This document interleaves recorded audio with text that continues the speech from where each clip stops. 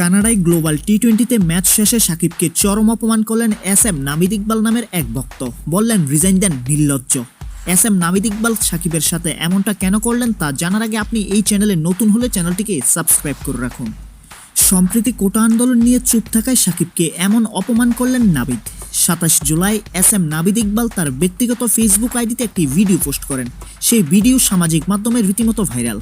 ভিডিওতে দেখা যাচ্ছে খেলা শেষে ভক্তদের অটোগ্রাফ দিতে গিয়ে এক ভক্তের নজরে আসেন সাকিব।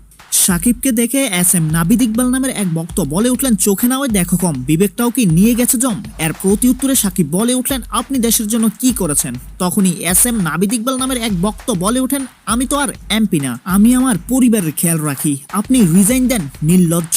তো বন্ধুরা, আপনাদের কি মনে হয় সাকিব কি এই অপমানের প্রাপ্য ছিল? কমেন্টে অবশ্যই জানাবেন।